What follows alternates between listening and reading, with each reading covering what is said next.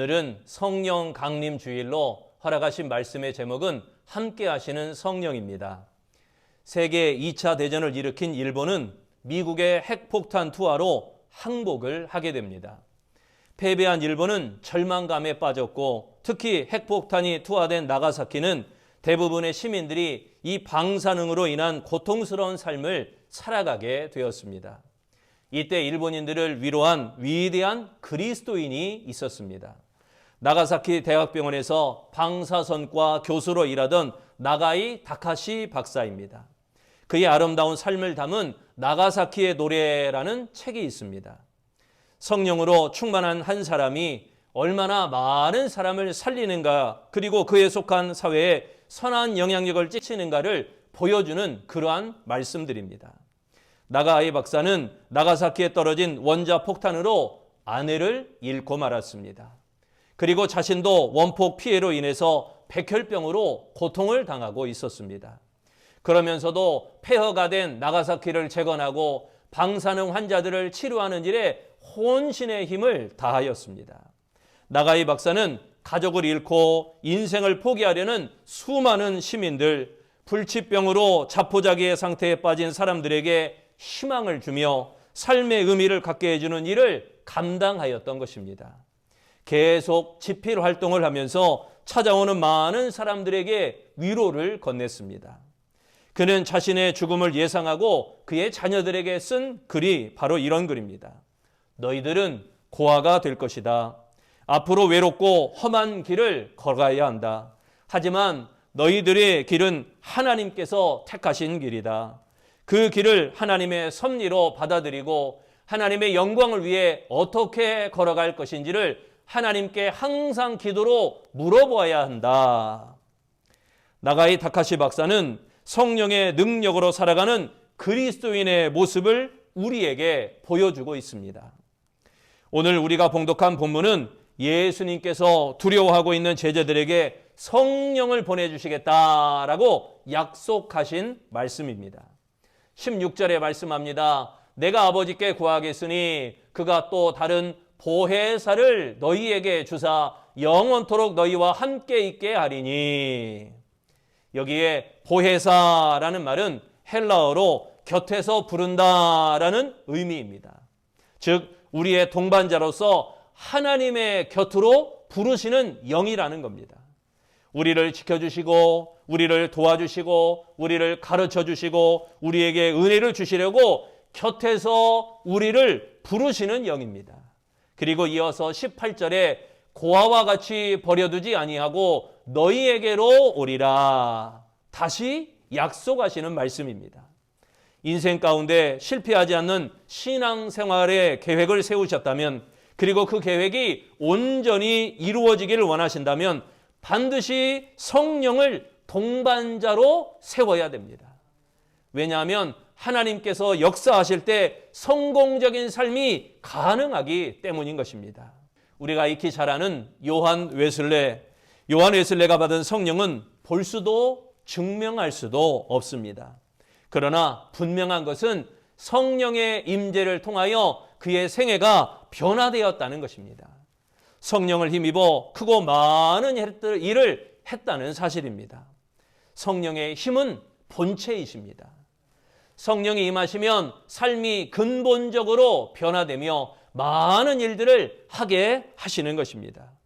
성령이 임재하시면 신앙생활이 변화되며 주님의 큰 일을 하게 하십니다.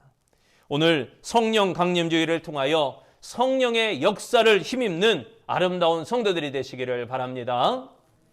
첫째, 함께 하시는 성령은 우리를 위로하십니다.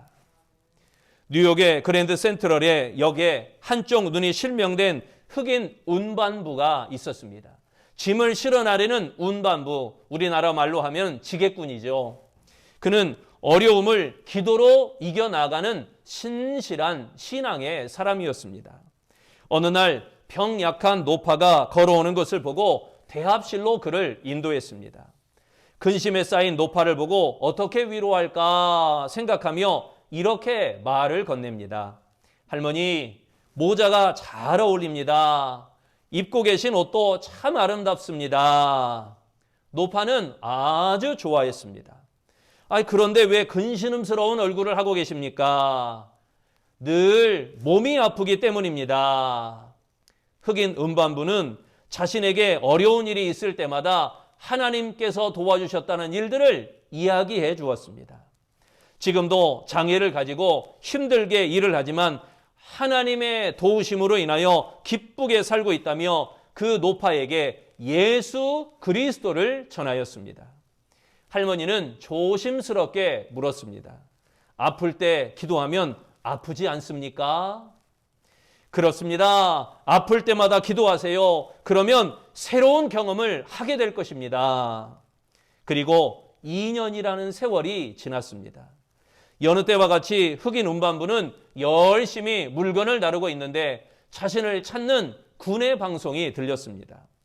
안내소에 가보니 처음 보는 젊은 부인이 면회를 청한 것입니다.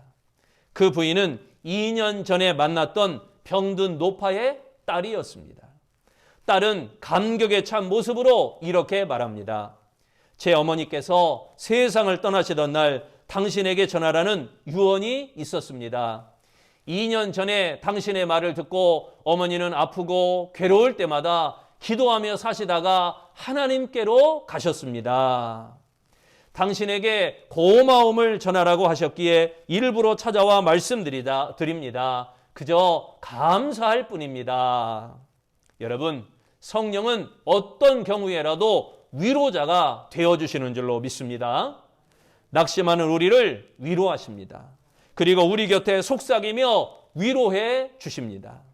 16절에 말씀합니다. 내가 아버지께 구하겠으니 그가 또 다른 보혜사를 너희에게 주사 영원토록 너희와 함께 있게 하시리니 저는 너희와 함께 거하시며 또 너희 속에 계시겠습니다. 성령이 항상 우리 곁에 계실 뿐만 아니라 우리 속에 내재해 주십니다. 그리하여 위로하시겠다는 약속의 말씀인 것입니다. 그러기에 성령 충만한 사람은 언제나 기쁨과 평안으로 가득한 것입니다. 환난과 핍박을 받던 초대교회 성도들도 성령의 위로를 힘입어 교회를 계속해서 부흥시켜 나갈 수 있었던 것입니다. 성령은 시공을 초월하여 우리 안에 계시며 우리를 위로하십니다. 우리의 깨어진 마음, 우리의 상한 마음, 우리의 낙심한 마음, 우리의 침체된 마음, 우리의 어두운 마음까지 위로해 주시는 분이 바로 성령이신 줄로 믿습니다. 두 번째, 함께 하시는 성령은 우리를 도와주십니다. 허드슨 테일러는 비전을 갖고 중국 오지에 들어가 열심히 선교 사역을 감당했습니다. 그러나 하면 할수록 어려움이 닥쳐와 사역이 무너지고 육체에도 심한 질병이 찾아왔습니다. 절망과 낙담에 빠져 약할 대로 약해진 테일러에게 여동생이 보낸 편지가 도착하였습니다. 오빠는 포도나무 가지일 뿐 포도나무가 아니에요. 가지가 할 일은 그저 나무에 붙어 있는 것입니다. 가지는 줄기로부터 영양분을 흡수할 때 저절로 열매가 맺히는 거예요. 오빠, 염려하지 말고 포도나무이신 주님 안에 거하세요. 그리고 성령의 도우시는 역사를 믿으세요. 허드슨 테일러는 용기를 얻고 성령의 도우심을 기도하며 최선을 다했습니다. 놀라운 것은 그 후로부터 사역에 열매가 맺히기 시작한 것입니다. 그는 영국에 돌아와 이렇게 간증했습니다. 저는 사역의 열매를 위해 최선을 다했지만 불가능했습니다. 무기력과 절망에 빠져 하루하루를 보냈습니다. 그러던 어느 날 동생의 편지를 받고 무릎을 꿇게 되었습니다. 주 안에 거함을 확실히 믿게 되었습니다. 그리고 성령이 나와 함께 계시다는 사실과 성령이 나를 돕고 계시고 확실히 믿게 되었습니다. 그랬더니 인생은 감사와 기쁨으로 변하고 사역의 열매가 맺히기 시작했습니다. 로마서 8장 26절에 말씀합니다. 이와 같이 성령도 우리의 연약함을 도우시나니 우리가 마땅히 빌 바를 알지 못하나 오직 성령으로 말할 수 없는 탄식으로 우리를 위하여 친히 간구하시느니라. 인생은 질그릇같이 깨어지기 쉬운 그러한 존재입니다. 쉽게 마음이 상합니다. 쉽게 가슴이 찢어집니다. 조금만 시험이 와도 쉽게 쓰러집니다. 조금만 위혹이 와도 쉽게 넘어집니다. 그러므로 반드시 곁에서 우리를 도와주시는 성령, 이 성령의 도우심을 구해야 할 줄로 믿습니다. 반드시 성령께서 내재하심으로 도와주시는 줄로 믿습니다. 성령은 우리를 도와주시는 영이십니다. 보혜사는 곁에서 우리를 도와주십니다. 우리의 연약함을 도우시기 위해 우리에게 오셨습니다. 성령은 우리가 다시 일어날 수 있는 역동적인 힘을 허락하여 주십니다. 영원한 도움이 되어주시는 것입니다. 그러므로 이 도우시는 성령의 역사를 거절하지 말고 순종하시기를 바랍니다. 날마다 죄를 멀리하고 거룩한 삶을 통하여 이 성령의 도우심을 간구하는 아름다운 성도들이 되시기를 바랍니다. 그리하여 성령의 도우심으로 승리하는 복된 삶이 되시기를 축원합니다. 세 번째, 함께 하시는 성령은 우리로 증거하게 하십니다. 짐 베이커 목사는 주를 찬양하라라는 기독교 TV 프로그램을 통해서 명성을 누렸던 그러한 설교자입니다. 그는 크리스천 복지시설을 세우겠다며 거액의 기부금도 받았습니다. 그러나 그것으로 사치를 하고 그것으로 방탕을 누리게 됩니다. 심지어 애완견, 집에서 키우는 애완견의 집에까지 에어컨을 달 정도로 아주 방탕하며 사치스러운 삶을 살았습니다. 결국 사기 횡령죄로 기소되어 감옥에 들어가게 됩니다. 감방 생활을 하던 어느 날 꿈속에서 예수님을 만나게 됩니다. 예수님께서 자신의 눈을 빼어서 이 베이커의 눈에 끼워주며 이렇게 말씀하십니다. 이제부터는 내 눈에 끼워준 내 눈으로 모든 것을 바라보아라. 꿈에서 깨어난 베이커는 성령의 인도하심으로 회개를 시작했습니다. 모든 것을 예수님의 눈으로 바라보기 시작했습니다. 그는 성령으로 거듭나 예수님을 강력히 증거하기 시작하였습니다. 5년 만에 모범수로 석방되어 LA 빈민촌에서 자원봉사자로 일하면서 예수님을 증거하였습니다. 내가 잘못이었어 라는 책을 써서 많은 사람들에게 감동을 주기도 했습니다. 여러분, 성령은 우리로 하여금 증거하게 하시는 영이신 줄로 믿습니다. 사도행전 1장 8절에 말씀합니다. 오직 성령이 너희에게 임하시면 너희가 권능을 받고 내 증인이 되리라. 성령께서 도와주시고 성령께서 위로하시는 목적은 주님을 증거하게 하기 위한 것입니다. 예수님도 성령이 오셔서 하는 가장 중요한 일이 증거하는 일이라고 말씀하셨습니다. 요한복음 15장 26절 말씀, 진리의 성령이 오실 때 그가 나를 증언하실 것이요. 베드로에게 성령이 임했을 때 힘있게 주님을 증거하였습니다. 스데반에게 성령이 임했을 때 돌에 맞으면서도 힘있게 주님을 증거하였습니다. 빌립에게 성령이 임했을 때 빌립은 세계 곳곳에 찾아다니며 힘있게 주님을 증거하였습니다. 여러분, 성령이 임하시면 권능을 주사 주님을 힘있게 증거하도록 역사하여 주시는 줄로 믿습니다. 그러므로 성령으로 증거하는 아름다운 신앙이 되시기를 축원합니다. 어느 날 목사님들이 모여서 무디를 부흥 집회에 초청할 것인지 여부를 의논하고 있었습니다. 그런데 무디 목사를 좋아하지 않는 목사가 이 무디 목사를 비꼬듯이 말합니다.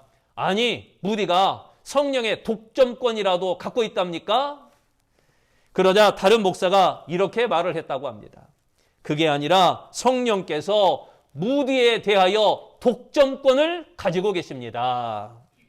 여러분도 성령께 독점당하여 사용되어지는 아름다운 그리스도인이 되시기를 바랍니다. 여러분 한 사람 한 사람이 성령에 사로잡히시기를 축원합니다. 성령께서는 우리 자신을 전폭으로 맡길 때 온전히 사용하십니다. 성령 강림 주일은 성령께서 마가의 다락방에 임하신 것을 기념하는 주일입니다. 성령은 지금 이곳에 우리 가운데 임하십니다. 우리 교회에, 우리 가정에, 우리 심령에 임하시는 줄로 믿습니다. 우리를 새롭게 만드십니다. 이제 성령과 함께 삶을 살아가시기를 바랍니다. 성령의 역사를 강하게 체험하는 아름다운 성도가 되어지시기를 바랍니다. 함께 하시는 성령은 우리를 위로하십니다. 함께 하시는 성령은 우리를 도와주십니다. 함께 하시는 성령은 우리로 증거케 하십니다. 그리하여 함께 하시는 성령으로 말미암아 항상 승리하는 우리 아름다운 성도들이 다 되어지시기를 축원합니다.